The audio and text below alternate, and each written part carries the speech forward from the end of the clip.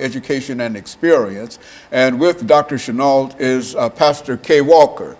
And all of us, I think, are familiar with Pastor KWalker, but I don't think that we know too much about Pastor Walker's granddaughter. And he's going to explain her to us this morning when we talk about background, education, and experience. Ms. PShinault, let's start with you by having you to give us some statements in reference to your background, education, and experiences, and take about 3 minutes. And then we'll have Pastor Walker to give us some similar kind of information, and he will also tell us why he is in control this morning of his granddaughter, Bailey. Let's start with you, Dr. PShinault. Okay, first of all, I'd like to say good afternoon, and I'm very happy to be here today. Well, I'm a native of Nashville. I was born and nurtured right here in the Music City. I attended Cameron High School, where I graduated, and from there I attended Spelman College in Atlanta, Georgia, with a major in psychology and dramatic arts. After which I attended Fisk-Meharry Joint Clinical Psychology Program. Did not complete the program, but earned 36 hours toward my clinical psychology degree. I went on to attend Illinois State University, where I earned my master's degree in education with a specialty in special education. After teaching for a number of years, I decided to go back and get another degree, which is in a doctorate degree in education administration and leadership. And so in a real sense, you've had an opportunity to live around the Nashville community for a long time and do a lot of things educationally within Nashville. Is that what we're saying? Yes, indeed. Nashville is my home, and Nashville will always be my home. I have 6 siblings here in Nashville. My mother and father also as well were born and raised in Tennessee and in Davidson County. So very much so. And in the last 5 years since I have returned to Nashville, I have been actively involved in the NAACP. Prior to that, I was the executive director of the Urban League in Illinois. But in the last 5 years, as I said, I have been an active member in the NAACP. I've been chair of the Education Committee. I have also been assistant branch secretary.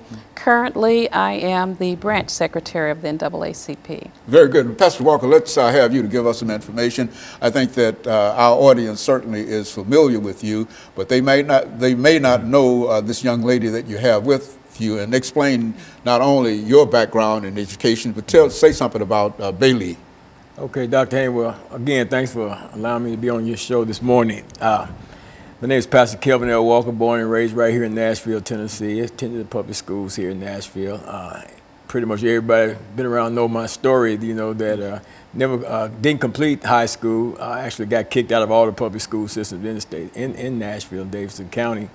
But went in the Navy at a young age 17. I went into the military, went into the Navy, and when I got out of the Navy, after serving a short period of time there, then served out the full term of my enlistment there. I was kind of one of those characters back during those times, and got out of the Navy, went through OIC, Opportunities Industrialization Center, and got a GED through there. From there, I went to Tennessee State for a while. All the time I was addicted to drugs, all during that period of time in the Navy, and all through my time at Tennessee State University. I wanted to be a fashion designer, and that didn't pan out either because of my drug addiction. But I come here today, and I got my little granddaughter. This is my granddaughter, Bailey. Bailey's story is unique in and of itself. On March the 24th, 2015, her mother was murdered. My daughter was murdered here in a domestic situation, and we've been taking care of her. My wife and I have been taking care of her, raising her and her brother. She's 3 years old, her brother's 4. And this is my little princess right here. And she's going to grow up to be a powerful young lady. And that's what we're here today to talk about, you know, empowering the Nashville branch of the NAACP so that we can ensure that there's a voice out there for the future of our children. You know, she's important to me, and her and all of my other grandchildren. She's very important, so we got to do that, empower the NAACP so that we can have a voice for the people out here, especially for our youth. Very good. And of course, what we'll do, Pastor, is to take our first commercial break, and then we'll get back and talk about, with you and Dr. Shenault, talk about some of the aspects of the NAACP. And we'll be back with our audience following this very, very short commercial break.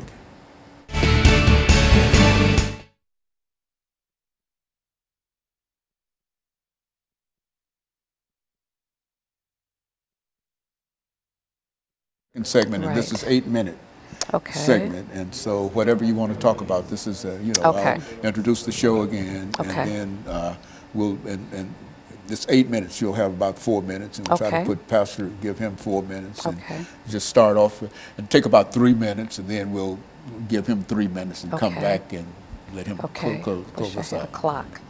Okay. No, well, you just yeah, just that's you know, fine. just, okay. Yeah. Say it all. Say it all.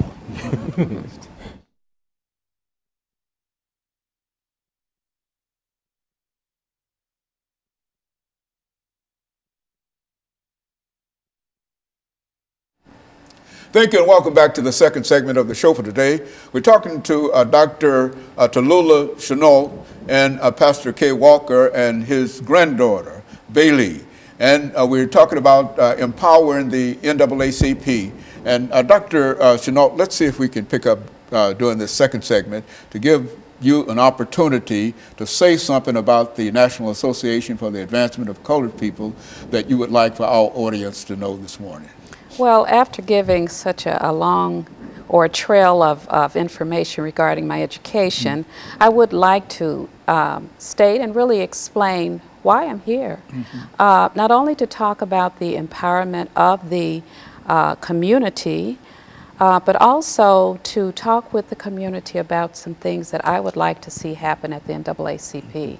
I'm currently running for president of the Nashville branch NAACP.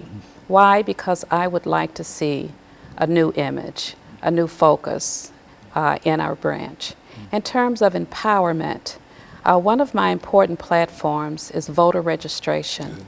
I think today, with everything that's happening in the election process, that African Americans, in order to be empowered, need to vote. We have always needed to vote, but it is incumbent upon us today to get the vote out. As president of the Nashville branch NAACP, I plan to have a voter registration program every year and all during the year, because I think that's really important. As well, I have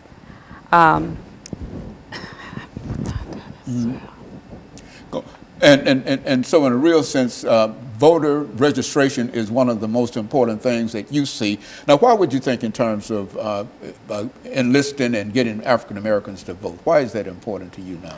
Well, I think it's very important because everything is political.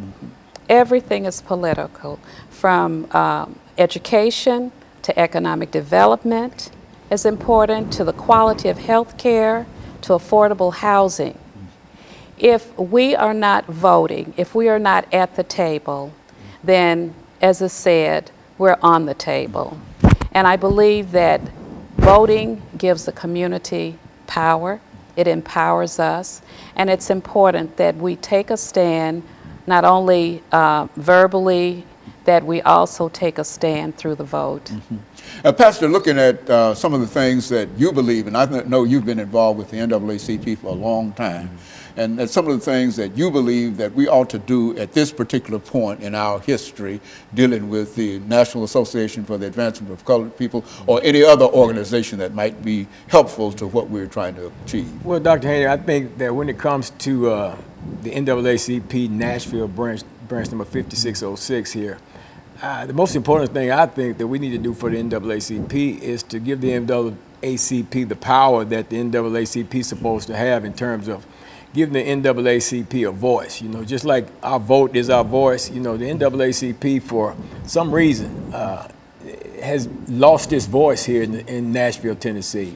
I don't know if it's lost it or if it has been intentionally silenced, you know, by maybe the powers that be.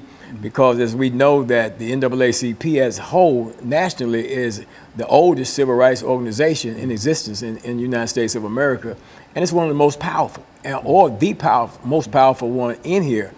But for some reason here in this Nashville branch, it doesn't have the power. It's like the teeth has been pulled. And when I first initially got involved with the NAACP a few years ago, I got involved because of what I didn't see the NAACP doing. And rather than sitting back and complaining about it like I hear so many others, I decided to get actively involved in the NAACP to try to, you know, make some things happen. You know, of course I got in there and I saw, you know, a lot of things that I didn't like, and a lot of shenanigans and stuff that was going on and stuff, and I really put a kind of bad taste in my mouth, and I kind of backed off of it for a minute because of some of the things I've seen that took place in the last election a couple of years ago with our current administration, Louis Wallace being the president, current president now. And I kind of backed off, you know, but I still believe that the NAACP can be empowered if you got the right people in there that's not afraid to step up and stand out and challenge these different issues. It's so much happening in our community and our society, you know. People are being pushed out of their neighborhood and their community, pushed way out to the outskirts of town, somewhere like the old folks used to say, somewhere out in Plum Nelly somewhere, you know, and there's nobody saying anything, you know, and it's like the community, our community, the black community is like, man, we don't have a voice. Who's gonna speak for us? Who's gonna represent us? So my thing is, let's empower the NAACP, and I think that Dr. PShinault here would make the perfect president of the NAACP's Nashville branch because of the tenacity that I've seen in her, you know, since she's come on board and become a part of the Nashville branch of NAACP. I know her from years ago. I actually went to school with her brother, younger brother and stuff, and we were really good friends throughout the years and stuff like that. And I didn't know at the time that she was as tenacious as she is, but from being in some of the meetings at the executive committee meetings and stuff, and seeing her, you know, push the issues and the things like that, you know, I said, well, you know, when I found out she was running for president, I said, yeah, I'm on board. You know, I really wanted to see that happen. And of course, I'm seeking a position as third vice president of the NAACP because, you know, like I say, somebody got to say something, somebody's got to do something, and apparently what we have there, we got some good people there, but it's everything rises and falls on leadership. And if leadership is weak, if leadership is ineffective, if leadership is disregarding the fact that it is leadership, then leadership needs to be changed. And I think it's time for a change in leadership of the NAACP so that the NAACP can be empowered and be the NAACP that it's supposed to be and stop playing these games. Very good. And Dr. PShinault, we've got about